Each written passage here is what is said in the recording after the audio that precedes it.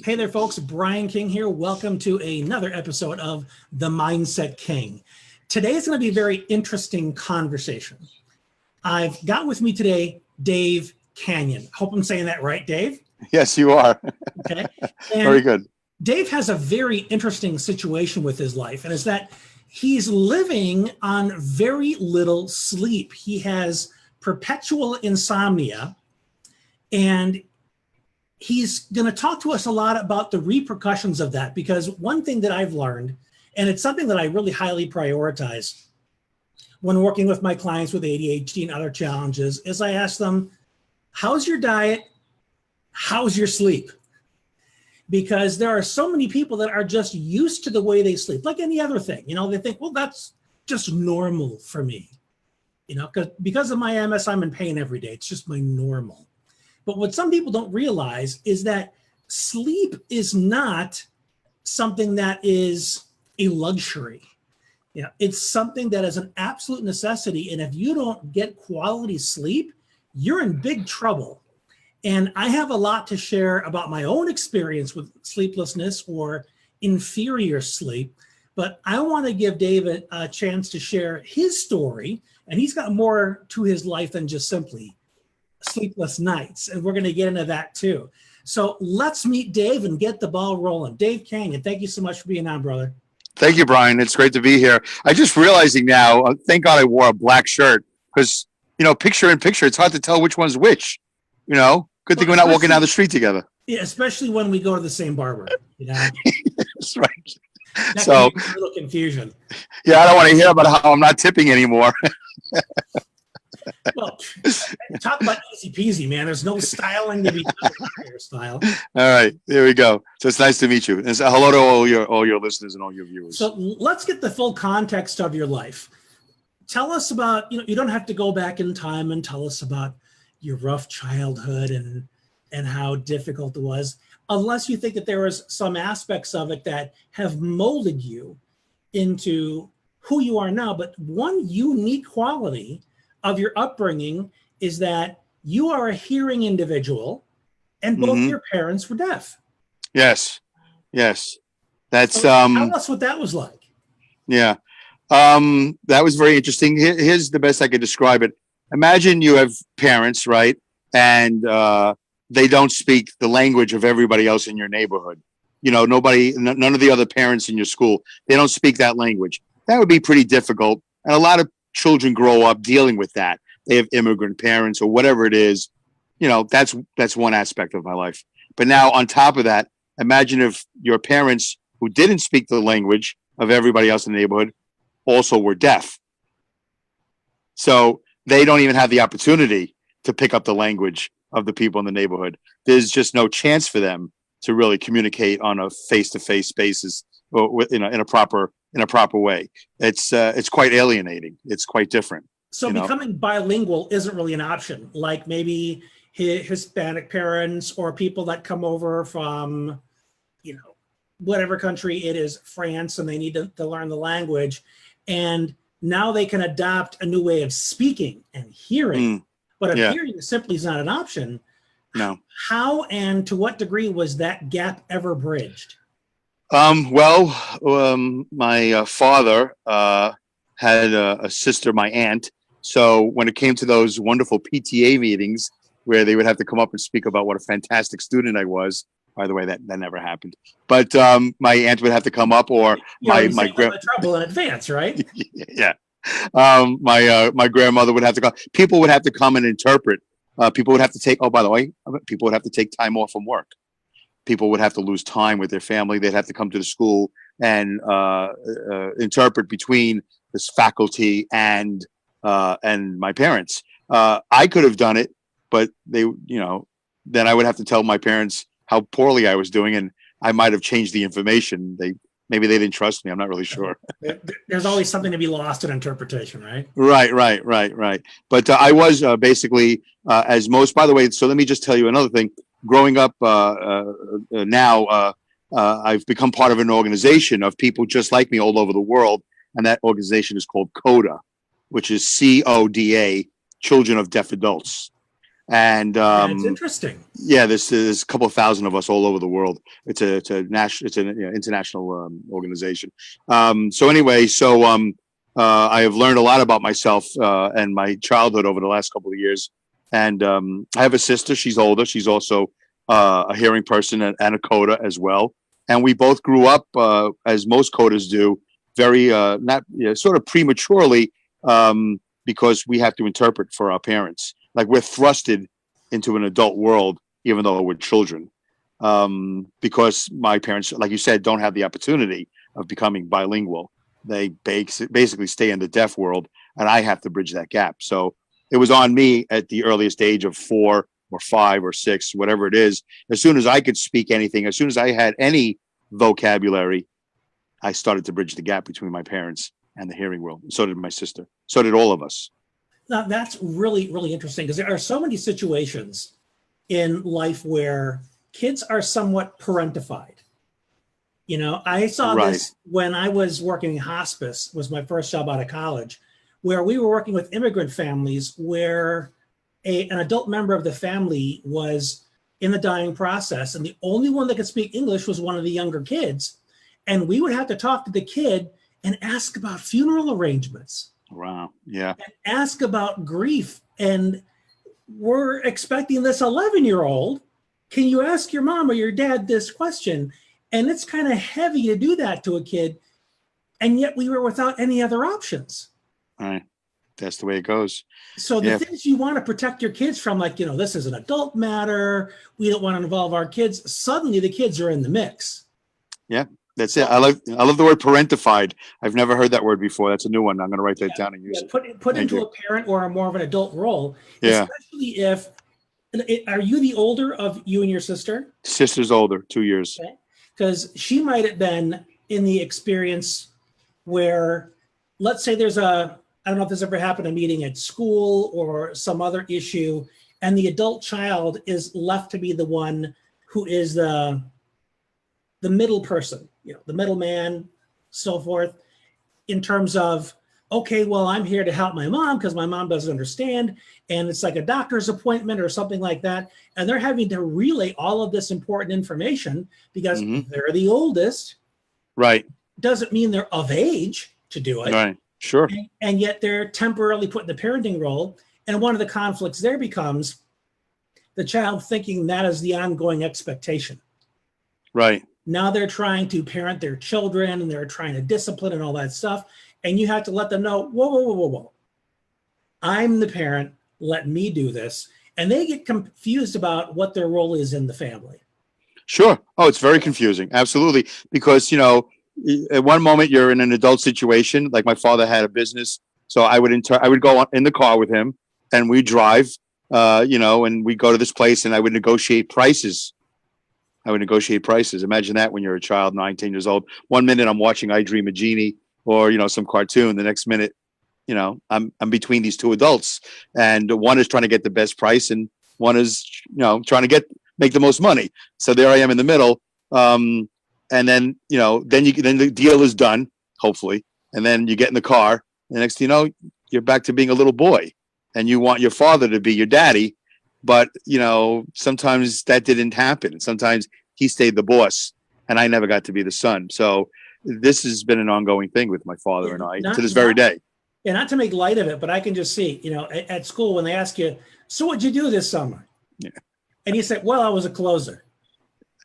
I made deals happen. You know, other people are, I did a paper route. We went to the park, the amusement park. It's right. Oh, man, I closed the biggest deal of my very short youth here. It was pretty rewarding, you know? Yeah, I got a couple of dozen of these things. You wouldn't believe how cheap I got them. Sure. No, I never, you know, it's okay. You can make a light of it all you want. I never did mention those things, but I did have a paper route and I did try to be a little boy. I did try to grow up as normal as a young American as I could in Brooklyn, New York.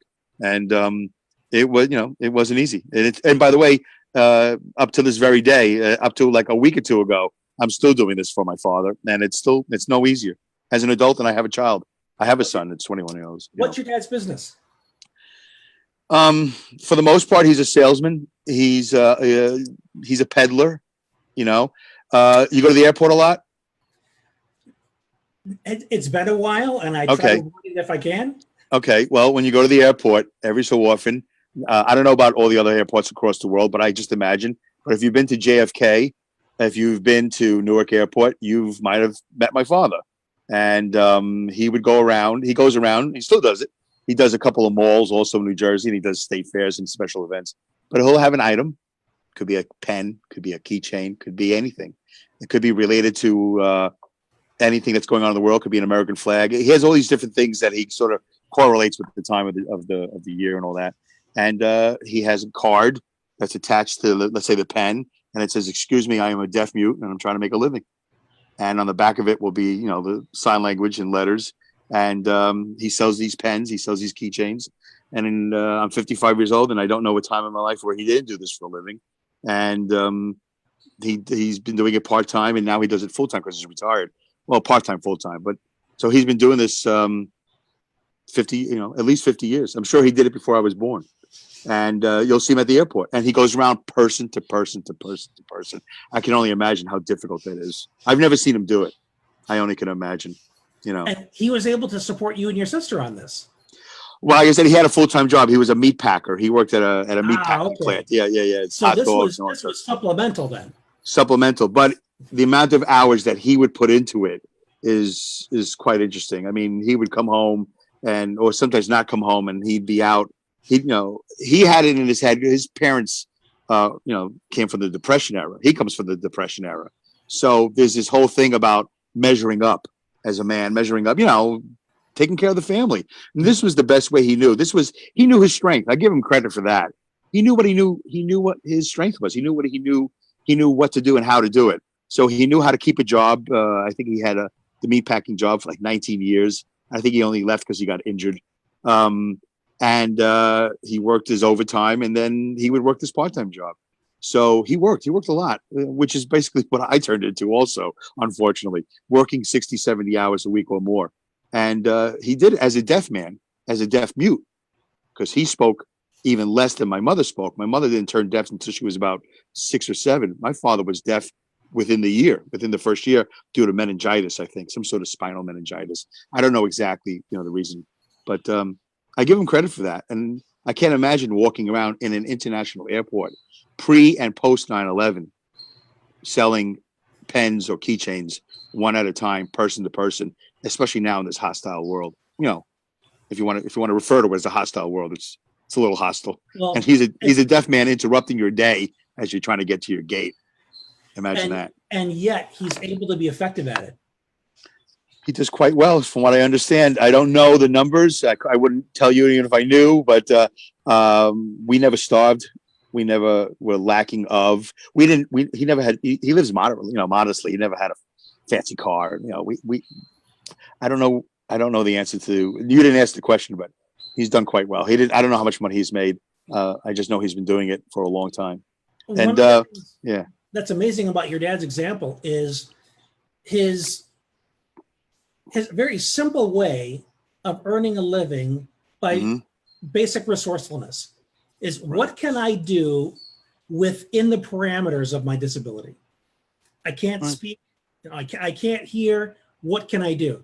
Because one thing that comes up a lot with the people I interview is there are situations in their life where a vast number of people simply throw in the towel. Right. I can't because of all these limitations. Your dad didn't do that. No. He thought, what can I do within the parameters of my disability? And he came up with, man, I can sell stuff. Yeah. It's a simple transaction. And what do I need to communicate? What's the minimum I need to communicate in order to effectively make this transaction? And he figured out, put the little sign on each item. I'm a deaf mute trying to make a living. Right. Help me out. And boom, boom, boom, one after another. And he made some money and he was able to raise you and your sister. That's remarkable. And it's such a powerful lesson in its simplicity. Right. Absolutely. Listen, he's kind of a hero to me in that way. We didn't have the perfect relationship. There's a downside to all this, but because he was away, and he was he grew up pre-Oprah. I kind of put, life into this pre-Oprah, this post-Oprah. So I'm definitely a post-Oprah baby, Yeah, they're even doing that on the timeline in history books now, Right. So my father wasn't really aware of what he wasn't doing. He was aware of what he was doing, which he felt the need to do that. There was no talking to him. I know his father did the same thing, but his father my grandfather, William, did speak to him, say, you got to spend more time with your kid. And he said, yeah, I know. But he felt very strongly that he had to provide, he had to go raise, make the money. And he did. And like I said, he's still doing it. He's 80 years old. He's still at it. He's still at the airport. He might be there today. Well, he's probably home for lunch, but he goes. And I give him credit for it, and he didn't, I think before this, when he was a kid, I think he might've shined shoes. I think he told me he did that a long time ago, but I don't know how long he did that for. Shoe shining that's a lot. That's 50 years ago he did that. If he did that, 60 years ago as a kid. But he's worked hard, and it's a lot of walking. There's a lot of interaction with human beings, and which is interesting because he's a wallflower. But in a social setting, my father is not the go-to guy. You don't go to a party and go, oh, look, there's Harold. I'll go talk to him. He and his education, my mother and father's education is at a certain level. So, but with other deaf people, he's fine.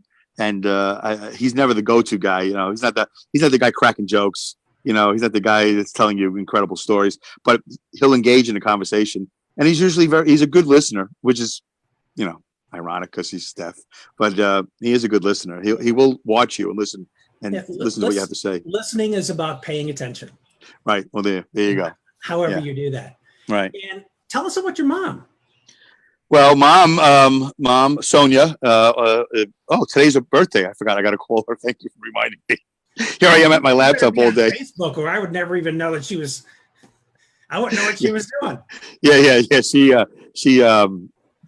She today's her birthday. She's like 81. I think she's 1 year older than my father. She is a concentration camp survivor. Wow. Born in Poland, Warsaw, Poland, something like that. At 55 with the sleep deprivation and my brain degradation, my memory isn't all that sharp, but I know that she survived the concentration camps. I think she was the youngest of three. Her two older brothers, both of them are plumbers. Well, I'm sure they're both retired by now. And came over to this country. I think she lost her hearing somewhere about 6 or 7 years old. And she did have some time on this planet, hearing things, but she was in that area of Warsaw and during the World War II and the concentration camps and all that. And apparently there's a great story behind it all. I don't remember it. I apologize to everybody.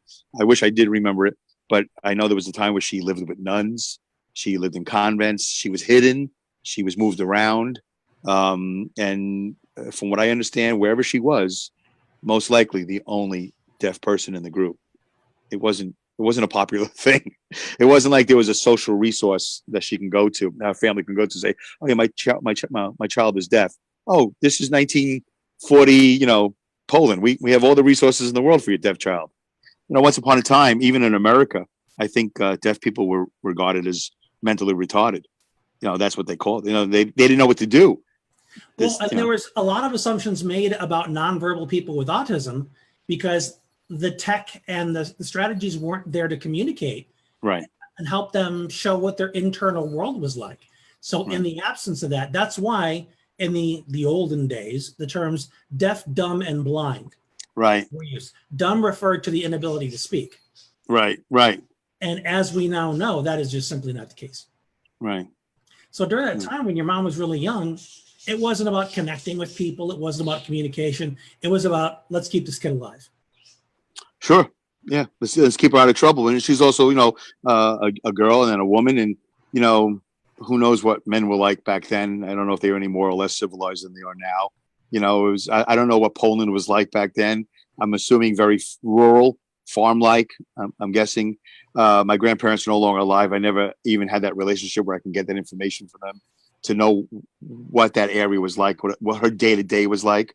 But I think they protected her. I think they relied on the two boys to do the work and to help their father, my mother's father, my grandfather.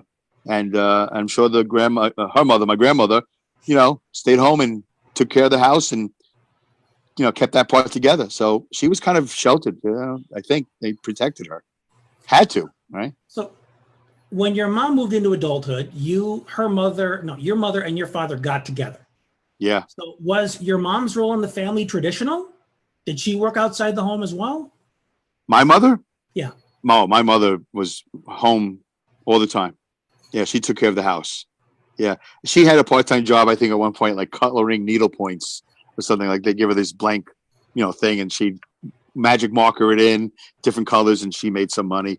But she always said that she was going to get a job at the post office. A lot of deaf people apparently either work at the post office or they work at a printing facility because of the machines. They don't have to worry about hearing protection and all that other stuff. But she never did. She did that for a while, but she took care of me and my sister in the house. House was immaculate all the time, and we had plastic slip covers on the couches and all that. So there was no sitting where, on those. Yeah, everything was taken care of, as far as that goes, there was always food. Yeah. Here we are. You're an adult now. You're Yes. living your own life. You're doing your best, but one of those basics in your life is virtually non-existent, and that's sleep. Yeah. So tell us what's going on with it. Has this been a lifelong issue for you? Is this recent? Yeah, no, it's definitely lifelong. I think just recently diagnosed. 9 years ago, I had a sleep study, and I was diagnosed with sleep apnea. So I've been using a CPAP in the house here for on every day for the last 9 years, naps included, everything. There's no falling asleep on the couch. Definitely not on purpose. But on accident maybe. But when I think I'm going to fall asleep, like I got to get out of here. I can't sit here with the TV on. I got to get to the room and I got to put I got to get the CPAP on. Yeah, I think ever since I was a kid, there's FOMO, fear of missing out. Yeah. So not getting whatever I think it could have come from not getting what I should have gotten or what I wanted to get from my mother and father, which is information, which is vocabulary. Their vocabulary and education was limited. So I would seek out vocabulary and information from television, and I would have to stay up late, and I would have to get up early. And I didn't always watch cartoons. I watched a lot of things that shaped me, a lot of different educational things and not so educational things. But that's where I got a lot of my world was from television. So I just naturally would deprive myself of sleep as a child. And I think it never went away. It never went away. I always found a way to stay up later and get up earlier. And it was to my advantage to a certain extent when it was time to look for employment. I didn't go to college. I barely graduated high school.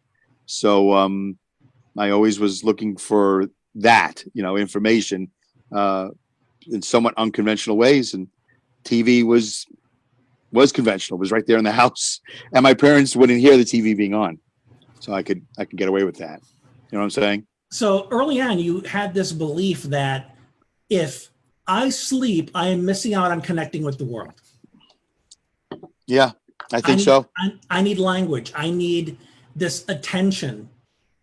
I need to be able to relate to the world the way I see things, the way I experience things. Sure. Did you have a busy social life? Well, as a child, we used to live in a neighborhood. Here's another level of alienation. We used to live in a neighborhood in Brooklyn called Brownsville, where Mike Tyson, I don't know if you've heard of this neighborhood, Brownsville, Brooklyn, but it's a rough neighborhood. It was rough when, so I'm 55, 45 years ago when I was 9, we moved out of there. It was a rough neighborhood 45 years ago. It's a rough neighborhood today. I don't think it's gotten any better in the last 45 years. Other neighborhoods in Brooklyn, I think it's one of the last neighborhoods to be gentrified and to be improved on and all that, but it's a rough neighborhood. So my time outdoors was quite limited, partially for that reason, because it was unsafe, partially because my parents were deaf. So dad wasn't going to be home after school, but mom was. But, mom, I think she was not comfortable with me and my sister being outside on our own. Also, his another level of alienation and missing out for the first, I don't know, 8 years of my life, 6, 7, yeah, about 8 or 9 years of my life. Yeah, until we moved. I went to yeshiva, Crown Heights Yeshiva, instead of going to public school. So all the kids in my neighborhood, which only a few I knew about, I didn't see them during the day. I was at yeshiva. I was bused to another school, a little bit of a distance away, totally out of my neighborhood. So I would be in this yeshiva with these very, well, not very, but somewhat religious Jewish kids. They weren't all very religious. I think some of their parents sent their kids there too, just to get them out of public school. So it was always like I was always out of my element. If I'm in yeshiva, I'm somewhere where I'm not really sure what I'm doing here, except my parents put me here. And when I was home, I couldn't go outside because it was a little bit dangerous. And then I was bridging the gap between the deaf world and the hearing world, and then I would get a lot of my information from the television. So. And we know how unbiased a medium that can be, right? Yeah, right. Well, listen, this was like 40 some odd years ago, 45 years ago. I was, 9 years old, 45. Yeah. So like 9 years old. So back then it wasn't as bad as it is now. I mean, I didn't see it as bad. I was able to make my own decisions to a certain extent. But some of the television shows, are you familiar with the show Davy and Goliath? The claymation. Oh, it's a great show about Davy and his dog Goliath. It plays on WTBY, which is the religious channel, still to this very day. And it's very God related. It's very religious based, but I enjoyed it as a child because they didn't hit you over the head with it. It was like, just lessons, just little 10-minute claymation animations of this boy and his dog and the sister and the father and the mother. And I learned a lot of morals and things like that from this claymation cartoon called Davy and Goliath. Look it up. It's fantastic. I still enjoy watching it. Every so often I'll accidentally see it. But it was nice. And, but ABC after school specials and those types of things, autobiography. I would wake up early in the morning and watch autobiography. My father had no idea when he would wake up early in the morning how noisy he was. So my room was outside his bathroom, the master bathroom. So, not the one in the bedroom, in his bedroom, in the hallway. There was, anyway, he'd be very loud. He didn't realize how loud he was. So that's how I'd wake up at about 4:00 in the morning. And right after he would leave, I would go watch biography and I would learn about famous people like Albert Einstein and, whatever. This is the original biography television show, long time ago. And then I would stay awake for the news. So TV used to shut off, by the way. Once upon a time, TV would shut off. There would be a test pattern. I don't know if you know that. Oh, I remember that. There were times when I couldn't sleep. I'd be up at 1:00 and then it would be like the static and the lines going across. Right. You got up early enough. You got to see the national anthem. Yes. The flag waving. Yes. And then they began their broadcast day. Yeah, I remember that stuff. That was the beginning of my day many times. My father would leave. I'd see the national anthem. We'd go right to biography and then maybe another show and then right to the morning news. So, I got a lot of my information that way. So, yeah, there was a lot of FOMO, fear of missing out. And I lived in an apartment building, too, for the longest time on the 9th floor. And I had a great view of the original World Trade Center and a lot of Brooklyn to the west. I would see a lot of the Brooklyn, New York from the west. So I would just stare out my window and I would look at the intersections. I would see the people walk around. I was very curious. I had a very strong, and to this very day, very strong sense of curiosity. I'm always very curious about anything. Everything's fascinating. And I imagine that that's an asset in many degrees in your life. But it's also a detriment because it keeps your brain busy and asking questions. Right. It's very difficult to shut it off and get some sleep. And you have the sleep apnea on top of that. Right. So have you gotten any more discipline around your mind that allows you to realize that anything that I might miss out on is not worth losing sleep over? Right. If I said yes to that, I wouldn't be lying, but I don't think I'd be saying yes by that much. I'm still a big baby. I'm still like a big little boy. I still love things. And now that I'm 55, my excuse is, well, I'm closer to the end than I am to the beginning.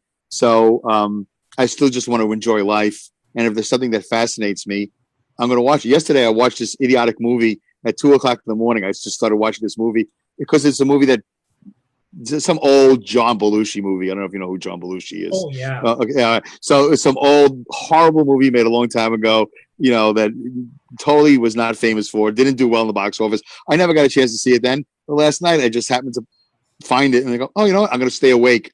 So knowing what I know about life, it didn't stop me. I said, you know what? Instead of getting sleep, I'm going to watch this horrible movie. And it was horrible. I knew it was going to be horrible, but it was still mildly entertaining. And now I checked it off my list. It doesn't make my life any easier, but it is one of those dopey things on my bucket list. And I have a lot of dopey things on my bucket list. So I checked it off. So the answer is, I think I could say yes, but it wouldn't be that, it wouldn't be that much. I don't want to say no. Ultimately, there's a mindset thing there that you're very aware of. Yes. And, it's to you whether to tame that or to just embrace it, and live with that insatiable wonder that is just part of how you do life. Yeah. And thank goodness that you found the sleep apnea, because I know what a big difference that made for me, because I've got two kinds of sleep apnea. Okay. There's the obstructive, because Right. I don't know, I've got a flap of skin in the back of my throat, and there's also the central, which is my brain forgets to breathe. Wow. And I attribute that to the MS, because the signal between my brain and my body is compromised. And I wouldn't be surprised if sometimes the signal to breathe just wasn't getting through. So I've got a BiPAP, which when I stop breathing, it just thrusts that air into my throat to kind of kick it in gear again. So that's definitely something that is probably underdiagnosed in this country. There are people that have sleep issues and they're just not aware of it. They are just used to snoring, and their wife wears earplugs or something else to drown out the snoring. But people don't realize that snoring is an indication of obstructed breathing. And it's really something that needs to be looked into, because it can affect the health of your heart. It can make you more anxious and scattered and foggy during the day. There are people that think they have ADHD when in reality, they've got sleep apnea. Right. And they're treating it with caffeine. Wrong solution. Bad. They need to go and get a sleep study and get it treated if they can. And there are people that have ADHD and sleep apnea. And if you treat the sleep apnea, then the severity of your ADHD symptoms improves. Right. So there are a lot of things to look into, and it all begins with improving your sleep. Right. That's right from the beginning of the day. And and it's a struggle for me. Like I said, a couple of months ago, I was getting really close to averaging 6 hours, according to my CPAP website that I log all my information to. So over a 14, 30, 60, and 90 day, I was very close to 6 hours, and I was starting to feel a little bit better. And then I got to tell you, I honestly don't know what happened. I slipped back, and now I'm back to about 5 hours a day, and it's no good. I think, my creative side hinders me a lot, because I have a podcast and I'm working on a YouTube thing. So, and I have a very busy work schedule. So there's a very little free time left, and I have to squeeze out what free time I have right after this is over. No rush, but right after this is over, I got to take a melatonin and I'm going right to bed. So, because I got to be up in a few hours and go to work. But that's awesome, man. I love to be the bridge between you and sleep. It makes me feel like I've done some good in the day. Well, you don't want me putting my head down right now, but it's soon enough. And you and I both know it's not the amount of sleep; it's the quality of sleep that you get. Sure. You have to have REM sleep where you're dreaming and your eyeballs are moving. And right. That's the restful, rejuvenating sleep. But people can do the research on that. There's a lot out there on the web today. So tell us about your podcast. Oh, well, thank you very much. Well, the podcast I've been doing, I've done 96 episodes so far. It's called Dumbing It Down with Dave. And that comes from me having a 1 hour commute to and from work every day. So it's not bad enough I'm a truck driver and I have to go drive like 14 hours. I have to drive so that you can drive. Yeah, I have to drive so I can go drive. Okay. Yeah, thank you. And so I have an hour commute, and you listen to the radio. You have things on your mind, your family, whatever it is. In the past I've done some stand-up comedy for several years, and I did fairly well for myself in the Albany area where I live. But I needed when you talk to yourself, you could be considered a little crazy, whatever you want to call it. When you talk to yourself in the car, You're eccentric. you're eccentric. It's Okay. a very charming quality to have. Well, I'll see if I can use that word from now on. But I used to, people would look at me like, why is that guy talking to himself in his car? They don't realize I'm listening to the radio, or I'm just talking to myself. So then I decided, what I'm going to do? I'm going to do this podcast on Spreaker, and I'm going to talk into my phone. So when people would see me, they go, oh, he's talking to his phone, so he must be talking to somebody. But then when I would record it and publish it as a podcast, well, that would make me creative. And that made me a podcaster. So now all is right with the world. All you have to do is give a person who talks to themselves a microphone, a recording device, and all of a sudden they're a podcaster. So I started to utilize that time in my car by myself and created this podcast where I would just talk about what's on my mind. It's not always a very structured. More often than not, it's not a very structured podcast, but it makes me feel better. And I've developed a little bit of a following. And I'm not even doing it for that. I don't do it for monetization reasons. I don't do it for any reason except it gives me a chance to create and express myself. And somebody eventually listens to it and comments on it, which is nice. So I get a little feedback. So I can have a conversation or a virtual conversation with people from around the world. And it's great. It's a great part of this technology. And it makes the 1 hour commute a little bit more interesting because sometimes I can't make it. I mean, I can always make it to work. I don't always make it home. Sometimes I'm so tired I have to pull over. But the podcast definitely is a very helpful thing I do. So so Dumbing It Down with Dave, 96 episodes in. You can find it on Spreaker or iTunes, and it's I'm going to keep on going with it because it doesn't really cost me anything, and it's really easy to do. You're just talking to the bottom of your phone. It's fantastic. No, I have no sophisticated equipment. You have such simple, wonderful ways of connecting with the world. There you go. Yeah. And even though you're struggling with sleep, you make it work. You're living your life. You learned so much from parents that were struggled. You have your own struggles, and yet you have this joyous, wondrous approach to life. Yeah.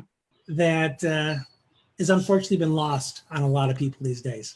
Oh, I think so. I agree with you, and it's a shame. I guess I would hope that maybe the work that you're doing, the work that I think I'm doing with the podcast, that I could reach people, what little I can, and and make a difference in their life, letting them know, hey, you could do this with your time. You could do this. You could look at the brighter side of things. It's a struggle, and I don't know. I have no doubt that there are people that are walking very similar shoes to yours. Sure. People that struggle with sleep, but they still have to make a living, and they need to find a way to do it with an attitude that empowers them.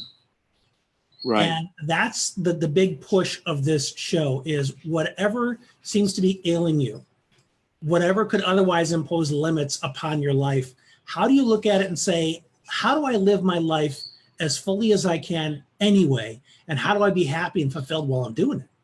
Right. And that's something that you have really learned how to do. And I want to thank you for sharing that story with us and letting us learn from you. It's my pleasure, Brian. Anytime. Yeah. Now, go get some sleep, man. I got to go find my melatonin. Hallelujah. Thank you, Brian. It's been a pleasure, Dave. Thank you, everybody, for watching. I hope that you enjoyed Dave's story as much as I have. And please share this with people as well so they can benefit. And, little surprise, as of today, this show is now on iTunes. Please find it, leave us a review, share it with your friends so that more people can benefit from what we're doing here on The Mindset King. This has been Brian. Until next time, thanks for being you.